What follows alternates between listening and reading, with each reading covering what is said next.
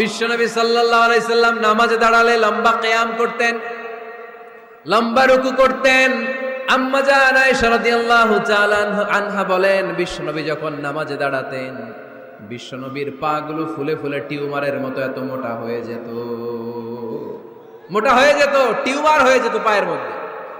আম্মা জান আয়েশা বলেন, এত লম্বা সময় বিশ্বনবী দাঁড়িয়ে থাকতেন, আমি মনে করতাম বিশ্বনবী মনে হয় রুকু করতে ভুলে গিয়েছে। আবার রুকুতে যে এত লম্বা রুকু করতেন আমরা মনে করতাম রুকু থেকে দাঁড়াতে ভুলে গিয়েছে। আবার বিশ্বনবী প্রথম সেজদায় যে এত লম্বা সময় সেজদা করতেন আমরা মনে করতাম দ্বিতীয় সেজদা করতে বিশ্বনবী ভুলে গিয়েছে। এজন্য বিশ্বনবীর মতো আমাদের সালাতগুলো হওয়ার দরকার আছে না নাই?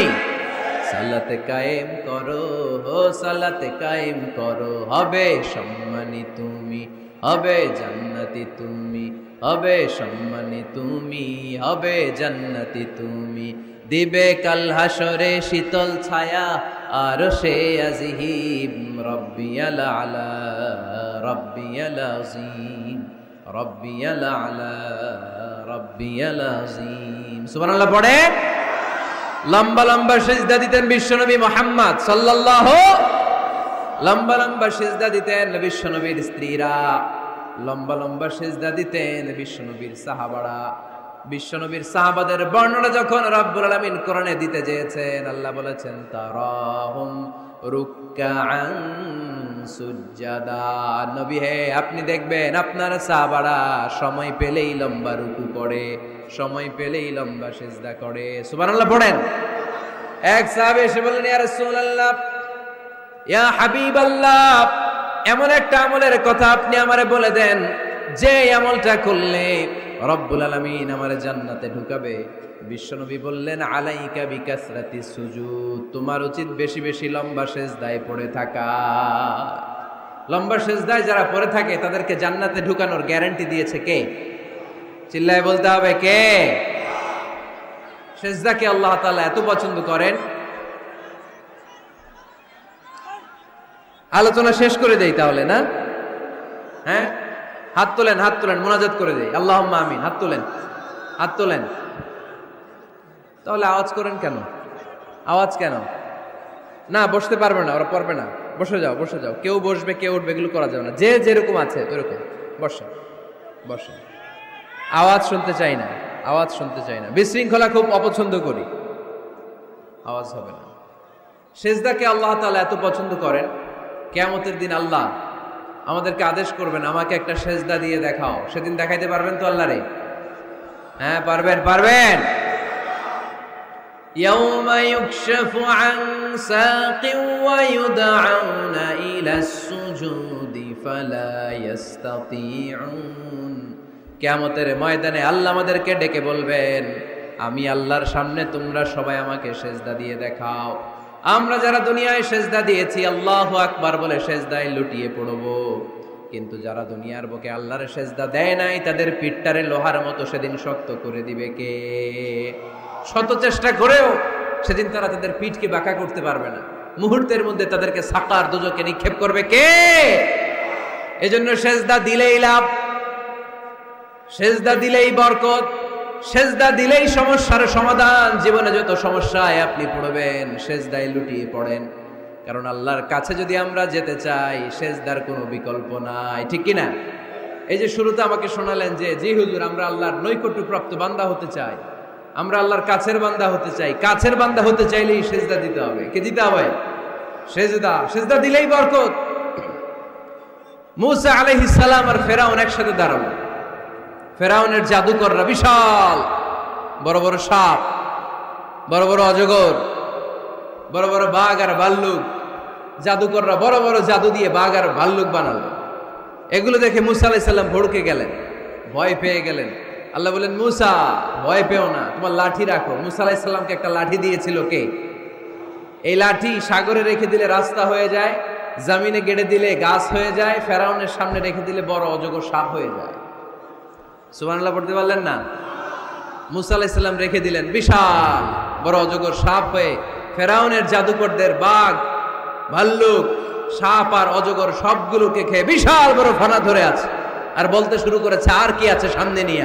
দেখে ফেরাউনের জাদুকরেরা ভয় পেয়ে গেল, মুহূর্তের মধ্যেই কপালটা জমিনের মধ্যে লাগিয়ে বলল, আমরা ফেরাউনের কথা আর মানি না। মুসার রব, হারুনের রব, বনি ইসরাইলের রব, ওই আল্লাহর জন্য আমরা সবাই সিজদায় পড়ে গেলাম। ফাউলকিয়াস সাহারাতু সাজিদিন।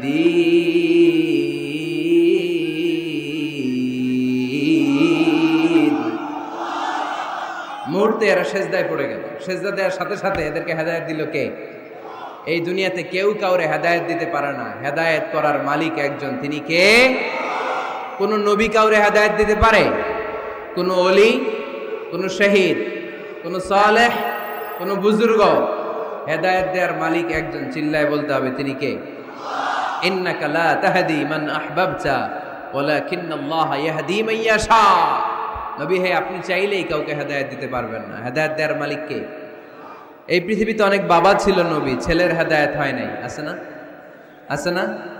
অনেক ছেলে ছিল নবী, বাবার হেদায়েত হয় নাই, আছে না? অনেক স্বামী ছিল নবী, স্ত্রীর হেদায়েত হয় নাই, আছে না? নাই।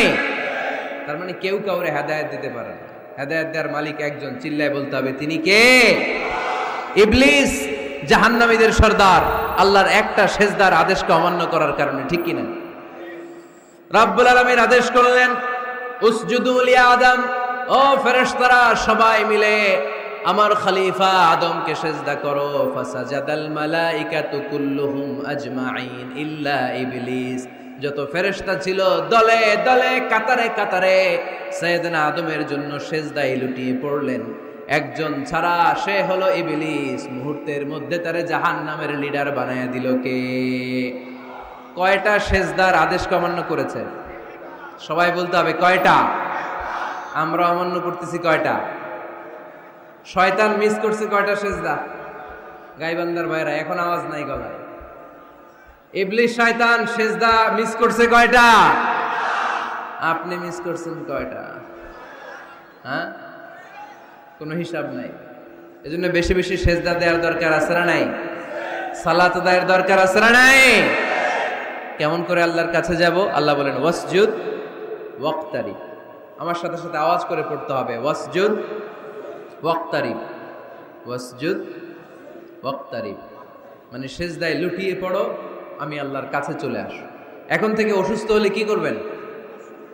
হ্যাঁ, সিজদা দিবেন। বিপদে পড়লে কি করবেন? বাবার দরবারে যাবেন না? হ্যাঁ, পরীক্ষায় পাশ করতে চাইলে কি করবা? সিজদা দিয়ে কারে বলবো? আল্লাহরে বলবো। তিনি সবকিছুর সমস্যার সমাধান করে দিতে পারেন, ঠিক কিনা? তাহলে কোরআনের আলোকে আমরা জানলাম আল্লাহর কাছে যাওয়া যায় সিজদার মাধ্যমে। এবার যদি সুন্নাহর আলোকে জানতে চাই কি করে আল্লাহ তাআলার কাছে যাওয়া যায়, সুন্নাহ আমাদেরকে জানায় বেশি বেশি নফল ইবাদত করলে আল্লাহর প্রিয় ভাজন, নৈকট্যপ্রাপ্ত বান্দা হওয়া যায়। পড়েন সুবহানাল্লাহ। এজন্য রাব্বুল আলামিন বলেন, মা ইয়াজালু আবদি ইয়াতাকাররাবু ইলাইয়া বিন নওয়াফিল। আমার বান্দা যখন বেশি বেশি আমার জন্য নফল ইবাদত করে, এগুলো করার মধ্য দিয়ে বান্দা আমার কাছে আসতে থাকে। পড়েন সুবহানাল্লাহ। যত নফল ইবাদত করবেন তত আল্লাহর কাছে যাবেন। ফরজ তো করাই লাগবে, এটা কম্পালসারি, অব্লিগেটরি। ফরজ তো করা লাগবেই, কিন্তু আল্লাহর কাছে যেতে চাইলে কাছে যাওয়া যায় ফরজ দিয়ে না নফল দিয়ে? নফল দিয়ে। চিল্লায় বলেন কি দিয়ে? নফল হচ্ছে ওভারটাইম। নফল কি? ওভারটাইম করে যেমনি বেশি টাকা কামানো যায়, তেমনি নফল ইবাদত করে আল্লাহ তাআলার প্রিয় ভাজন বান্দা হওয়া যায়, কাছে যাওয়া যায়। চিল্লায় বলেন ঠিক কি না? আল্লাহ বলে, আমার কোন বান্দা যদি বেশি বেশি নফল ইবাদত করা শুরু করে দেয়, সে আমার এত কাছে আসে, এত কাছে আসে, এত কাছে আসে, তখন কান দিয়ে যে যা শুনে সে তার নিজের কানে শোনে না, আমি আল্লাহর কানে শুনে। কোন সুবহানাল্লাহ। চোখ দিয়ে তখন সে যা দেখে নিজের চোখে দেখে না, আমি আল্লাহর চোখে দেখে। আল্লাহু আকবার।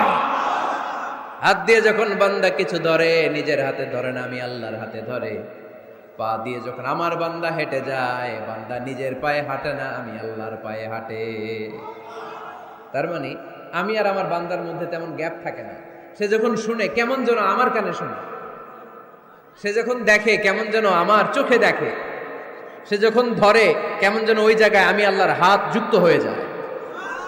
সে যখন দৌড়ায় কেমন যেন আমি আল্লাহর পা দিয়ে দৌড়ায়। চিল্লায় বলেন ঠিক কিনা? বদরের প্রান্তরে 1000 সৈন্যবাহিনী, তলোয়ার অস্ত্র শস্ত্রে সজ্জিত ঘোড়সাওয়ার বাহিনী। বিশ্বনবী গেলেন 313 জন নিয়ে, তলোয়ার নাই, ঘোড়া নাই, কিচ্ছু নাই। আল্লাহর উপর ভরসা করে বিশ্বনবী এক মুষ্টি বালি নিয়ে ওয়াশাহাতিল উজু বলে নিক্ষেপ করলেন। মুহূর্তের মধ্যে প্রতিটি ধুলিকণা বালিকণা কাফেরদের চোখের ভেতরে ঢুকাই দিল কে? কারণ আল্লাহ তখন বিশ্বনবীরে ডেকে বলেছেন, নবী আপনি যখন বালু মেরেছেন নিজের হাতে মারেন নাই, যখন বালু নিক্ষেপ করেছেন মূলত আমি আল্লাহর হাত দিয়ে বালু মেরেছেন। ওমা রামাইতা ইয রামাইতা ওয়ালাকিন্নাল্লাহা রামা। যখন আপনি বালু মেরেছেন, এক মুষ্টি বালু যখন কাফেরদের চোখে নিক্ষেপ করেছেন নিজের হাতে করেন নাই, কেমন যেন আমি আল্লাহ আমার হাতে বালুটা নিক্ষেপ করেছি। আপনি শুধু বালু নিয়ে নিক্ষেপ করেছেন, আর প্রতিটি ধুলিকণা বালিকণা আমি প্রতিটি কাফেরের চোখের ভিতরে ঢুকাই দিয়েছি। পড়েন আল্লাহু আকবার। আপনার সামনে যদি 500 জন লোক দাঁড়ায়, গাইবান্ধার এক চিপা থেকে আপনি বালু নিয়ে যদি এরকম মারেন ওদের চোখে, 500 জনের চোখে লাগবে নাকি? কয়জনের চোখে লাগবে? কয়জন? কয়েকজন, 2-4 জন, 10 জন, 15 জন, 20 জন, 500 জনের চোখে লাগবে। তার মানে বিশ্বনবী যখন বালু মেরেছেন এটা 1000 কাফেরের চোখে পৌঁছে দেওয়া সম্ভব ছিল না। বিশ্বনবী শুধু মেরেছেন, ওইখানে বালু কণাগুলো কাফেরের ধুলি কণাগুলো কাফেরের চোখের ভেতরে পৌঁছে দিয়েছে কে? এজন্য বান্দা যখন আল্লাহর প্রিয় হয়ে যায়, বান্দা যখন বেশি বেশি নফল ইবাদত করা শুরু করে দেয়, বান্দা নিজে কাজ করে না, কেমন যেন আল্লাহ নিজেই বান্দার কাজ করে দেয়। এজন্য বেশি বেশি নফল ইবাদত করবেন। হ্যাঁ, আওয়াজ করে ইনশাআল্লাহ বলতে পারলেন না? তাহলে আল্লাহর কাছে যাওয়ার 1 নাম্বার মাধ্যম হচ্ছে সিজদা দেওয়া। কি দেওয়া? আর হাদিস বা সুন্নাহর আলোকে আমরা জানলাম আল্লাহ তাআলার নৈকট্য পাওয়ার 2 নাম্বার মাধ্যম হচ্ছে নফল ইবাদত করা। কি করা? এই যে অনেকে বললেন হুজুর আমাদের যে কত সেজদা মিস গেছে কোনো হিসাব নাই। এখানে অনেক ক্যাটাগরির মুসলমান আছে। কেউ আছে তাহাজ্জুদ গুজার, কেউ আছে 5 ওয়াক্ত পড়ে, কেউ আছে 4 ওয়াক্ত, কেউ আছে 3 ওয়াক্ত, কেউ আছে 2 ওয়াক্ত, কেউ আছে 1 ওয়াক্ত, কেউ আছে নাই ওয়াক্ত। আছে না নাই? কেউ আছে শুধু জুমার মুসল্লি, কেউ আছে শুধু 2 ঈদের মুসল্লি। আছে না নাই? তো এই যে বললেন যে হুজুর কত সেজদা যে শয়তান মিস করছে একটা, আমরা যে মিস করছি কয়টা তার কোনো হিসাব নাই। হিসাব নাই। এখন থেকেই তওবা করতে হবে, ঠিক কি না? আর নফল ইবাদত বাড়ায় দিতে হবে। কিয়ামতের দিন আল্লাহ বলবে উনজুরু হাল্লি আবদি মিন তাতাওয়ু। দেখো তো কোন বান্দার যখন ফরজে ঘাটতি, যে ফরজগুলো মিস করছেন, ফরজে যখন ঘাটতি আল্লাহ তখন বলবে ও ফেরেশতারা দেখো তো ওর নফল আছে কিনা। ফেরেশতারা খুঁজে দেখবে কিছু নফল আছে, আল্লাহ তখন বলবে নফলগুলো নিয়ে ফরজের জায়গার মধ্যে বসায় দেয়। আওয়াজ করে বলতে হবে আল্লাহু আকবার। তাহলে নফল ইবাদত বাড়ানোর দরকার আছে না নাই? বিষ্ণু বললেন সবচাইতে দামি নফল ইবাদতের নাম হচ্ছে কোরআন তেলাওয়াত। আফদলুল ইবাদাতি তিলাওয়াতুল কোরআন। যত নফল ইবাদতের লিস্ট আছে এই লিস্টের র‍্যাঙ্কিং 1 নম্বরে থাকবে কোরআনের তেলাওয়াত। চিল্লায় পড়েন আল্লাহু আকবার। কারণ এই কিতাবটা এমন কিতাব যেই কিতাবে কোনো ভুল নাই, কোনো সন্দেহ নাই, সংশয় নাই। এই কিতাব আমাদেরকে পথ দেখায়। আমরা অন্য কোনো কিতাব পড়তে চাই না। আমরা যে কিতাব পড়তে চাই কিতাবটার নাম কি? সমাধান চাও যদি জীবনে মরণে ফিরে যাও, খুঁজে নাও চোখ রাখো কোরআনে। ঠিক কি না? চোখ রাখবেন কোথায়? আওয়াজ করে কোথায়? পড়েন সবাই। সমাধান চাও যদি জীবনে মরণে ফিরে যাও, খুঁজে নাও চোখ রাখো কোরআনে। If you want the solution this dunya and akhira, go back, have a look to the holy Quran. সুবহানাল্লাহ পড়েন। কোরআনে চোখ রাখেন, সব আছে এখানে, সব। ইতিহাস, embryology, cosmology, sociology, biology, botany, মানব প্রয়োজনীয় যা দরকার, সাগরের অতল গহ্বরের কথা, মহাকাশের কথা, নৃবিজ্ঞান, প্রাগৈতিহাসিক বর্ণনা, সব কিছু দিয়ে কোরআনটাকে সমৃদ্ধ করে দিয়েছে কে? এজন্য প্রতিদিন আমরা কোরআন পড়ব। ফজরের পরেই কোরআন তেলাওয়াতের দরকার আছে না নাই? কারণ এটা নফল ইবাদতের মধ্যে নাম্বার 1। নফল ইবাদতের লিস্টের মধ্যে কোরআন তেলাওয়াতটা নাম্বার কত? আওয়াজ করে কত? তাহলে এখন থেকে আমাদের স্লোগান হোক ফজরের সালাতের পরে আমরা কোরআন তেলাওয়াত করব? ইনশাআল্লাহ নাই? রাজি আছেন তো সবাই? ফজরের পরপরই যেন গাইবান্দার প্রতিটি গ্রাম থেকে, প্রতিটি ঘর থেকে কোরআনের সুমধুর বাণী ভেসে আসে, ঠিক কিনা? আমাদের ছেলেমেয়েরা কোরআন শিখুক, কোরআন জানুক, কোরআন শিখে মানুষ হোক, আমরা চাই না? কারণ কোরআন শিখলেই মানুষ হওয়া যায়। কোরআন এসেছে মানুষের মতো মানুষ বানাতে। গরুর পেট থেকে বেরোলে এটা গরু, ছাগলের পেট থেকে বেরোলেই ওটা ছাগল হয়ে যায়, কিন্তু মানুষের পেট থেকে বেরোলেই ওটা মানুষ হয় না, ওটা মানুষ বানাইতে হয়। আর মানুষ বানাইতে হইলে যে কিতাবটা লাগে ওই কিতাবটার নাম কোরআন। পড়তে জানেন তো সবাই? রিডিং দেখে পড়তে জানেন? একটা অক্ষর পড়লে 10টা নেকি দেয় কে? এক আয়াত পড়লে জান্নাতে আপনার ফ্ল্যাট এক এক তলা লম্বা করে দেয় কে? পৃথিবীর আর কোনো কিতাবের ব্যাপারে এই ঘোষণা আছে? রবীন্দ্রসঙ্গীত তেলাওয়াত করলে এক অক্ষরে কত সওয়াব? সওয়াব নাকি মাইদ? নজরুল সঙ্গীত তেলাওয়াত করলে এক শব্দে কত সওয়াব? বাইবেল পড়লে, গীতা পাঠ করলে, রামায়ণ, শ্রীমৎ ভাগবত গীতা, কোন সওয়াব আছে? কিন্তু কোরআনের একটা অক্ষর পড়লে আমলনামায় 10 নেকি দিবে কে? যারা কোরআন পড়তে জানি না, কোরআন যেন শিখে নেই। এইখানে মাদ্রাসা আছে, এক ভাই সিনেমা কিনে, সিনেমা হল কিনে এটার মাদ্রাসা বানায় ফেলছে। চমৎকার না আইডিয়াটা? পৃথিবীতে আইডিয়ার বড় দাম। Just try to generate new ideas, you will win the world. গোটা বিশ্ব আপনি জয় করবেন যদি মাথায় আইডিয়া থাকে, ঠিক কিনা? কি সুন্দর আইডিয়া ভাইয়ের। আগে ছিল কি সিনেমা, এখন হয়েছে মাদ্রাসা। এখন কি পারা যাবে না এরকম? ছেলে মেয়েদেরকে মাদ্রাসাগুলোতে দিবেন। মসজিদে সান্ধ্যকালীন কোরআন শিক্ষার আসর করবেন। ইমাম আছেন কারা কারা দেখি? আইম্মাতুল মাসাজিদ, বিভিন্ন মসজিদের ইমাম। ও, অনেক ইমাম আসছে তো, মাশাআল্লাহ মাশাআল্লাহ, হাত নামান। আমি অনুরোধ করব, ছোটবেলায় আমরা মক্তবে যেতাম কোরআন পড়ার জন্য। এই মক্তবের সিস্টেম আশা করি চালু আছে আপনাদের মসজিদে, আছে না? আচ্ছা, এটা ছোটদের জন্য। মুরব্বীদের জন্য একটা সিস্টেম করার দরকার আছে না নাই? বয়স্কদের জন্য কোরআন শিক্ষার আসর। ইমাম সাহেবরা যারা হাত তুলছেন, করা যাবে? হ্যাঁ, ইনশাল্লাহ বলেন। বিকেলে বা সন্ধ্যায় বয়স্কদের কোরআন শিক্ষার আসর। আর বয়স্করা যারা পারেন না, একটু যাওয়া যাবে পড়ার জন্য? এগুলো হইতেছে ওয়াজ। আপনাদের খোঁজ খবর নেয়া, কি করলেন, কার কি অবস্থা, কেমনি একটু ইমপ্রুভ করা যায়, কেমনি জান্নাতের রাস্তাটা একটু ক্লিন করা যায়, এক ধাপ এগিয়ে যাওয়া যায়, এগুলোই ওয়াজ, ঠিক কি না? তাহলে যারা আমরা কোরআন জানি না, আজকের এই গাইবান্দার বিশাল জনসমুদ্রের এই প্রোগ্রাম তখনই সফল হবে যখন এই নিয়ত করে আমরা ফিরতে পারবো যে কোরআন শিখে মরতে চাই। রাজি আছি সবাই?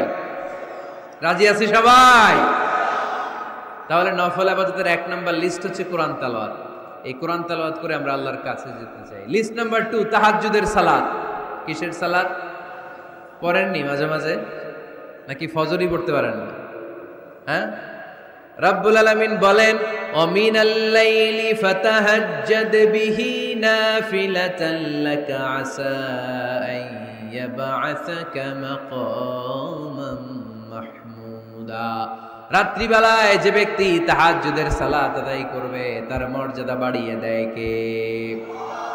এই যে এপ্রিল মাসে রমাদান আসতেছে না, রমজানে সাহারি খাওয়ার সময় আপনারা তাহাজ্জুদ করে নেবেন ফজরের আগ দিয়ে। পারা যাবে না? ওই টাইমে আল্লাহর রহমত, বরকত খুব বেশি আল্লাহ নাজিল করেন। আল্লাহ প্রথম আকাশে তখন নেমে আসে, সুবহানাল্লাহ পড়েন, আর ডাকতে থাকে, এই কার কি লাগবে চাও, কার কি লাগবে। উনি ডাকে দেওয়ার জন্য, আমাদের চাওয়ার সময় নাই, আমাদের চাওয়ার সময় নাই। কার কি লাগবে ওই সাহারির সময় তাহাজ্জুদ পড়ে আল্লাহর কাছে চান, আপনার মনোবাসনা সব পূর্ণ করে দিতে পারে কে? কোরআনে ঘুমের কয়েকটা আরবি আছে। ঝিমুনি ভাব যে আসে এটাকে আরবিতে বলে নুআস। অনেক সময় গাড়িতে বসে থাকলে এরকম ঝিমুনি আসে, আছে না? এটার আরবিতে কি বলে? নুআস। আর হালকা সামান্য ঘুম, যেই ঘুমে মানুষ ঘুমায় আবার আশেপাশে কে যেন কথা বলে শোনাও যায়, এরকম একটা পাতলা ঘুম আছে না নাই? এটাকে ইংরেজিতে বলে পাওয়ার ন্যাপ, এইটারে বলে সিনা। এটারে কি বলে? আর সিম্পল ঘুম আমরা যেটা রাতে ঘুম দেই এটার বলে নাউম। এটার কি বলে? এই সিনা আর নাউম কোরআনের এক আয়াতে আছে না নাই? আয়াতুল কুরসির ভেতরে লা তাখুযুহু সিনাতু ওয়ালা নাউম, আল্লাহর সিনাও নাই, আল্লাহর নাউমও নাই। তাহলে একটা পেলাম নুআস ঝিমুনি, আরেকটা পেলাম হালকা ঘুম সিনা, আরেকটা পেলাম স্বাভাবিক ঘুম, এটার বলে নাউম, আরেকটা আছে গভীর ঘুম, এটার বলে হুজুদ। এটার কি বলে? সবাই আওয়াজ করে বলতে হবে, এটার কি বলে? হুজুদ। এটা কখন হয়? রাত ৩টার পরে হয়। আহারে কি আরামের ঘুম, কম্বল টাইনা টাইনা ঘুমাইতে মন চায়, অ্যালার্ম বাজতে থাকে, অ্যালার্ম আরেক দিকে ফালাইয়া মজার ঘুম আর নাক ডাকে, আছে না নাই? শেষ রাতের মজার ঘুমটাকে আরবিতে বলে হুজুদ। এই হুজুদের ঘুমকে স্যাক্রিফাইস করে যে নামাজ পড়া হয়, ওই নামাজটারে বলে সলাতুল হুজুদ বা সলাতুল তাহাজ্জুদ। পড়েন সুবহানাল্লাহ। ওই নামাজটারে আল্লাহ বড্ড পছন্দ করে। ওই নামাজ যারা পড়ে তাদেরকে কাছে টেনে নেয় কে? মাঝে মাঝে তাহাজ্জুদ পড়তে রাজি আছেন তো সবাই? উঠা বসা করতেছেন কেন? কখন আসছেন আপনারা মাহফিলে?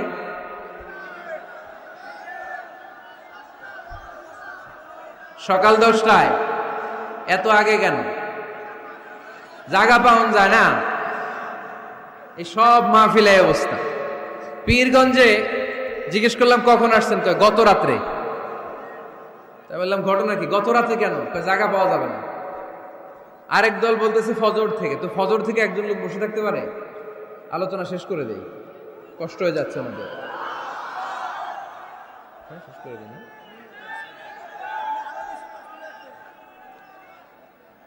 আরে এই ভাইগুলারে কি দিয়ে বিদায় দিব আমি? এই ঘন্টার পর ঘন্টা দাঁড়ায় আছে, আর কয়েক মিনিটের মধ্যে শেষ করে দেবে ইনশাল্লাহ। পড়েন। আল্লাহর নৈকট্য পাওয়ার 3 নম্বর নফল ইবাদত হচ্ছে দোয়া করা। কি করা? দোয়া করতে রাজি আছেন তো সবাই? দোয়া কিন্তু অনেক পাওয়ারফুল। আর দোয়া মুখুল ইবাদা, দোয়া হচ্ছে ইবাদতের নির্যাস। যে দোয়া করলো না সে কিচ্ছু করলো না, ঠিক কিনা? যার দোয়া মিস তার সব মিস, ঠিক কিনা? এজন্য নামাজের মধ্যে আমরা দোয়া করি। সূরা ফাতিহা হচ্ছে সূরাতুদ দোয়া, দোয়ার সূরা। একটা দামি দোয়া আমরা সালাতে পড়ি, আমরা অর্থই জানি না। দোয়াটা হচ্ছে ইহদিনাস সিরাতাল, সবাই পড়েন ইহদিনাস সিরাতাল। আমি যদি কোনদিন পথ ভুলে যাই, হাত ছানি দিয়ে কাছে নিও, মমতার বন্ধনে আমায় বেঁধে সব ভুল ক্ষমা করে দিও। আমি যদি কোনদিন পথ ভুলে যাই, হাত ছানি দিয়ে কাছে নিও, মমতার বন্ধনে আমায় বেঁধে সব ভুল ক্ষমা করে দিও। চিল্লায় পড়তে হবে আমিন। ইহদিনাস সিরাতাল মুস্তাকিম। আল্লাহ আপনি আমারে সরল সঠিক পথ দেখান। আল্লাহ আপনি আমারে সোজা পথ দেখান, কোনো বাঁকা পথে আমাকে নিয়েন না। বিশ্বনবী খেজুরের ডাল ভেঙে মরুভূমিতে একটা ডাক দিলেন সোজা, বললেন এটা সিরাতুল মুস্তাকিমের পথ। আর ডানে বায়ে ছোট ছোট আর অনেকগুলো দাগ টানলেন। বিশ্বনবী বললেন এগুলো শয়তানের পথ, ডান দিকে শয়তান হাত ছানি দিবে, মাহফিলে যাইস না, বিপিএল এর খেলায় আয়। শয়তান এভাবে হাত ছানি দিবে, মাহফিলে যাবি না, হিন্দি সিরিয়াল দেখতে আয়। শয়তান ডানে বায়ে ডাকবে, মাহফিলে যাবি না, ওই যে কনসার্ট হয় কনসার্ট দেখতে আয়। কোরআনের মাহফিলে যাবি না, ক্যাসিনো খেলার ব্যবসা করতে আয়। ডানে বায়ে ছোট্ট ছোট্ট ডাক দিবে, কোরআনের আন্দোলনে যাবি না, বামপন্থীদের সাথে আন্দোলনে আয়। এরকম সিরাতুল মুস্তাকিমের ডানে বায়ে রাম আর বামপন্থীদের ডাক আছে না নাই? কোন ডাকে মুসলমান যায় না। ডানে বায়ে কোথাও মুসলমান মুভ করে না, মুসলমান চলে সোজা রাস্তায়। এই রাস্তার নাম হচ্ছে সিরাতুল মুস্তাকিম। চিল্লায় বলতে হবে রাস্তার নাম কি? প্রতিদিন এই রাস্তাটা আমরা আল্লাহর কাছে চাই। আমরা বলি ইহদিনাস সিরাতাল মুস্তাকিম। আল্লাহ সরল সঠিক সোজা রাস্তাটা আপনি আমাদেরকে দেখান। চিল্লায় পড়েন আমিন। এজন্য দোয়ার মতো দোয়া করতে জানলে ইটস লাইক এ মিসাইল। এটা হচ্ছে একটা মিসাইলের মতো। এটা মিসাইলের মতো। মিসাইল হামলা করলে যেমনি লক্ষ্য বস্তুতে যে ভেদ করবে, দোয়ার মতো দোয়া করতে জানলেও এটা লক্ষ্য বস্তুতে যে আঘাত করে, আল্লাহর আরশে যে নক করে। চিল্লায় পড়েন সুবহানাল্লাহ। এজন্য বেশি বেশি দোয়া করতে রাজি আছেন তো? সবার জন্য করবেন, নিজের জন্য করবেন, অন্যের জন্য করবেন। অনেকে বলে হুজুর আমার দোয়া আমি করবো, আরেকজনের জন্য কইরা কি লাভ? এরকম কথা অনেকের আসরা নাই। লাভ আছে। অন্যের জন্য দোয়া করলে ওই দোয়াটা আগে আপনার নিজের জন্য কবুল করে কে? উদাহরণস্বরূপ আপনি দোয়া করলেন, আল্লাহ আমার এই ভাইটা অসুস্থ, তুমি তারে সুস্থ করে দাও। তখন ফেরেশতারা বলে, আল্লাহ যিনি দোয়া করতেছে তার যদি কোনো অসুস্থতা থাকে আগে তারে সুস্থ করে দাও। সুবহানাল্লাহ পড়তে পারলেন না? আপনি যদি দোয়া করেন, আল্লাহ আমার এই ভাইটার কোনো টাকা পয়সা নাই, আপনি তারে ধনী বানিয়ে দেন। ফেরেশতারা বলে, আল্লাহ যিনি দোয়া করতেছেন তিনি যদি গরিব হয়ে থাকেন আগে তারে ধনী বানিয়ে দেন। এজন্য আমরা দোয়া করব। ইটস এ ওয়েপন, এটা আমাদের অস্ত্র। AK-47 আমাদের অস্ত্র না, তলোয়ার আমাদের অস্ত্র না, কামান মুমিনদের অস্ত্র না, ব্যালিস্টিক ক্ষেপণাস্ত্র আমাদের অস্ত্র নয়। মুমিনের সবচেয়ে বড় অস্ত্রের নাম হচ্ছে দোয়া। চিল্লায় বলতে হবে, আমাদের সবচেয়ে বড় অস্ত্রের নাম কি? আরো জোরে বলেন। কার কাছে করবেন? আল্লাহ তুমি বুঝার তৌফিক দান করো। এরপরে 4 নম্বরে নফল ইবাদত হচ্ছে জিকির করা। কি করা? কি করা? পড়েন সুবহানাল্লাহ, আলহামদুলিল্লাহ, লা ইলাহা ইল্লাল্লাহ, সুবহানাল্লাহ, আলহামদুলিল্লাহ, লা ইলাহা ইল্লাল্লাহ, লা ইলাহা ইল্লাল্লাহ, মুহাম্মাদুর রাসূলুল্লাহ সাল্লাল্লাহু আলাইহি ওয়াসাল্লাম। সবচাইতে আল্লাহর কাছে প্রিয় কথা 4টি। চিল্লায় বলেন কয়টি? 1 নম্বরে সুবহানাল্লাহ, 1 নম্বরে, 2 নম্বরে আলহামদুলিল্লাহ, 2 নম্বরে, 3 নম্বরে লা ইলাহা ইল্লাল্লাহ, 3 নম্বরে, 4 নম্বরে আল্লাহু আকবার, 4 নম্বরে। এই 4টা তাসবিহ পড়া যাবে? যাবে? আবার বিষ্ণুই বললেন, কালিমাতান হাবিবাতান ইলার রহমান, খাফিফাতান আলাল লিসান, সাকিলাতান ফিল মিজান। আল্লাহর কাছে 2টা বাক্য আছে বড্ড প্রিয়, জিহ্বায় উচ্চারণ করতে একেবারেই হালকা, কিয়ামতের দিন মিজানের পাল্লায় উঠিয়ে দিয়ে দিলে ওজন হয়ে যাবে সবচেয়ে ভারী। সুবহানাল্লাহ। দেখেন আমার নবীর কথার ওজন কত। 2টা বাক্য জিহ্বায় উচ্চারণে পাতলা বা হালকা, আল্লাহর কাছে বড্ড প্রিয়, কিন্তু মিজানের পাল্লায় রেখে দিলে ওজন ভারী হয়ে যাবে। এই 2টা বাক্যের একটা হচ্ছে সুবহানাল্লাহি ওয়া বিহামদিহি, সুবহানাল্লাহিল আযীম। আমার সাথে সাথে আওয়াজ তুলে পড়েন, সুবহানাল্লাহি ওয়া বিহামদিহি, সুবহানাল্লাহিল আযীম। আবার পড়েন, সুবহানাল্লাহি ওয়া বিহামদিহি, সুবহানাল্লাহিল আযীম। নামাজের পরে এই তাসবিহগুলো পড়ার দরকার আছে না নাই? 33 বার সুবহানাল্লাহ, 33 বার আলহামদুলিল্লাহ, 34 বার আল্লাহু আকবার। পড়েন তো।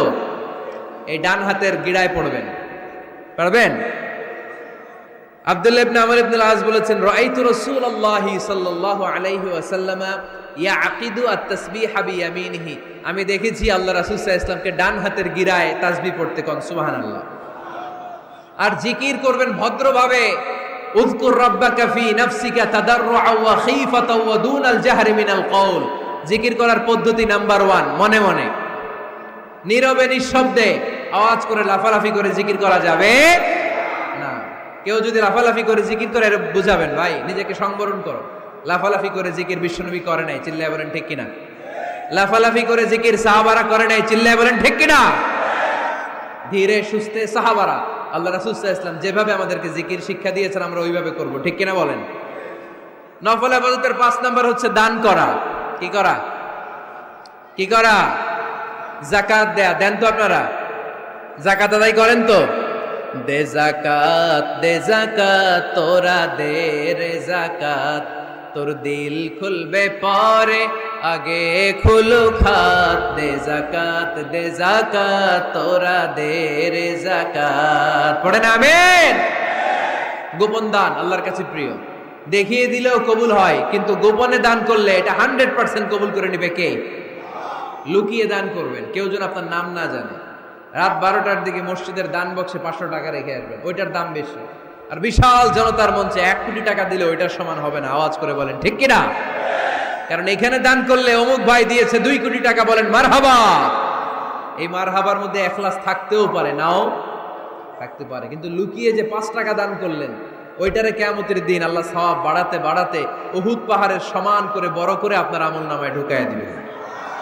আল্লাকা সিররুন ইনদাল্লাহ বাইনাকা আনতা ওয়া বাইনাল্লাহ আল্লাকা সাদাকাতুন তাখফা لا يعلمها إلا الله هل لك سر عند الله بينك أنت وبين الله هل لك صدقات تخفى لا يعلمها إلا الله سبحان الله পড়েন। দেখেন কত সুন্দর নাশিদ। তোমার আর আল্লাহর মাঝে এরকম গোপন ডিলিংস আছে নাকি যেটা তুমি আর আল্লাহ ছাড়া কেউ জানে না? আল্লাহর সাথে গোপন ডিলিংস করবে। তুমি গোপনে কোনো দান করেছো নাকি যেটা আল্লাহর চোখ ছাড়া পৃথিবীর কোনো চোখ দেখেনি? এরকম গোপন কিছু দান আমাদের জীবনে থাকার দরকার আছে না নাই? 6 নম্বর নফল ইবাদত হচ্ছে মানুষকে খাওয়ানো। মানুষকে কি করবেন? কি করবেন? নাকি খালি খাইবেন? খাইবেন কে কে দেখি? কেউ খাবেন না তো যারা খাওয়াবে এদের খাওয়াগুলা খাবে কে? খাইবেন কে কে? এই কয়েকজন। আচ্ছা, এবার খাওয়াবেন কে কে দেখি? মাশাআল্লাহ মাশাআল্লাহ, আল্লাহ তুমি কবুল করো। কিয়ামতের দিন আল্লাহ বলবে, এ বান্দা ইস্তাতআমতুকা ফালাম তুতঈমুনি। আল্লাহ বলবে, এই বনি আদম, আমার ক্ষুধা লাগছিল, আমি খাবার চাইছিলাম, তুই আমার খাবার দেশ নাই। বান্দা বলবে, আল্লাহ আপনি খাইতে চাইছিলেন? আরে আপনি খাইতে চাইলে তো হোটেল শেরাটন থেকে বস্তা বস্তা খাবার বক্স করে নিয়ে আসতাম। কই, কোনোদিন তো চান নাই। আল্লাহ ডেকে বলবে, গোলাম, ওই যে না খেয়ে থাকা ভিক্ষুকটা তোর দরজায় গিয়েছিল, তোর দুয়ারে গিয়েছিল, তোর কাছে হাত পেতেছিল, খাবার চেয়েছিল, আমার না খেয়ে থাকা বান্দাটারে ওই দিন যদি তুই খাওয়ায় দিতি, ওই বান্দারে খাওয়ালে আমি আল্লাহরে খাওয়ানো হয়ে যেত।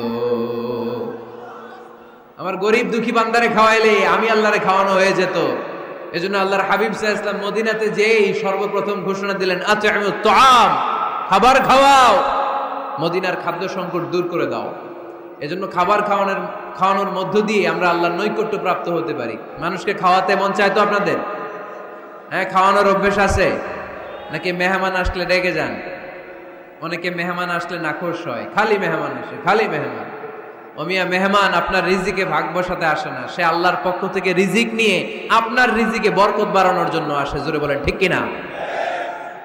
বরকত খাওয়াবেন, খাওয়াবেন। আর যত নফল ইবাদতি করবেন রেগুলার করব। আহাব্বুল আমালি ইলাল্লাহি আদওয়ামুহা ওয়া ইন কাল্লা। আমরা যাই করি না কেন রেগুলার করব। রাজি আছেন তো? রেগুলার করলে নফল ইবাদতগুলোয় বরকত দেয় কে? এবার আমি প্রশ্ন করি, উত্তর দেন। কোরআনের আলোকে আল্লাহর কাছে যাওয়ার মাধ্যম কি? কি দেওয়া? কি দেওয়া? সেজদা দেওয়া। বেশি বেশি সেজদা দিবেন তো? সেজদা দিয়ে কার কাছে চাইবেন? আর হাদিসের আলোকে আল্লাহর কাছে যাওয়ার মাধ্যম কি? নফল ইবাদত করা। চিল্লায় বলো মুসলমান, কি করা? নফল ইবাদত করা। আমরা যেন বেশি বেশি আল্লাহকে সেজদা দিয়ে বেশি বেশি নফল ইবাদত করে আল্লাহর প্রিয় ভাজন বান্দা হতে পারে। আল্লাহ তুমি তৌফিক দান করো। আমরা পড়ি আমিন।